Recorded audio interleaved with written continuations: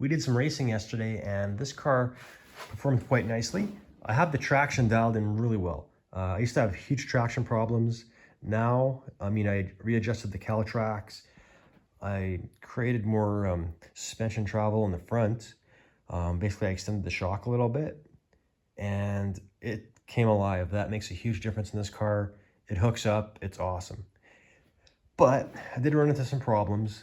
And it kind of dates back to last year. So last year I had one of these cheaper, it's a gate style shifter in the car. I think it was a TCI. And it happened 3 times where I went out to race, and when I went to shift the third, it would pop into neutral. So you're at 6,500 or so at full throttle, it goes into neutral, and the RPMs go to the moon. I have no idea how high it revved, but it wasn't good. And the car really hasn't been the same since. I got a different shifter in here now and all that, and that works good. I got it's a ratchet shifter. I forget the brand, but it works really well. But that being said, the engine just doesn't perform at high RPMs much anymore. If I start off at 3,000, I go to 5,000. This thing's like a freight train. It's awesome. But once I get to about 5,500, even 6 is bad. But 5,500 starts to drop off. And really, this engine, the way it's built, it should have a power range to 6,600 or so, probably shifting around 6,500, 6,700, somewhere in there. So I'm not really realizing the potential of this engine when I'm racing it, when I'm powering out at 5,500. I did a compression test on it, and that was pretty good.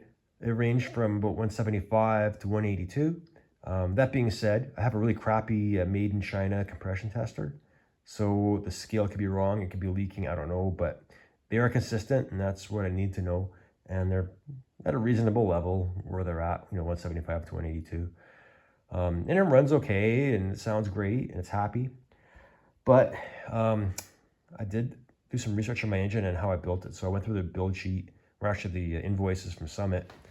And the lifters I bought for this car are the Ford Motorsport roller lifters M65 R302. And those are the lifters that are supposed to be better for higher RPMs and that sort of thing. And I thought they were. But I did some research on it. Apparently, there's another lifter out there with the same exact number, M65 R302, with an H at the end instead. And that's the one I wanted. That's the one that is better for higher RPMs. So really, the lifters that are in here, they're kind of substandard for what I needed. I do have a pretty aggressive cam in this thing, so maybe with those higher RPMs, I collapsed something or they didn't work properly, and it's causing me an ongoing problem. I don't know. But the plan is to replace the lifters. I'm going to order a new set. I'm also going to check everything over in detail, all the push rods, make sure they're straight. The valve springs I'm very suspect of. I do have another set here, but they're probably not as good as these ones that are on here right now. If I find a problem with these ones, I'll swap them out, but hopefully these are okay. And then we'll try it again. And I'm looking for feedback too, if anybody has any ideas as to what else it could be. As far as fuel and ignition go, I think those are working great. I'm pretty sure it had to do with that over revving situation, but you never know. But anyways, that's the story. It's going to give you an overview of what the engine looks like here.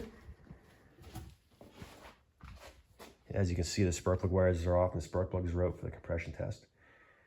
But that's it in a nutshell. If you have any ideas, please let me know, and I'll keep you posted. Take care.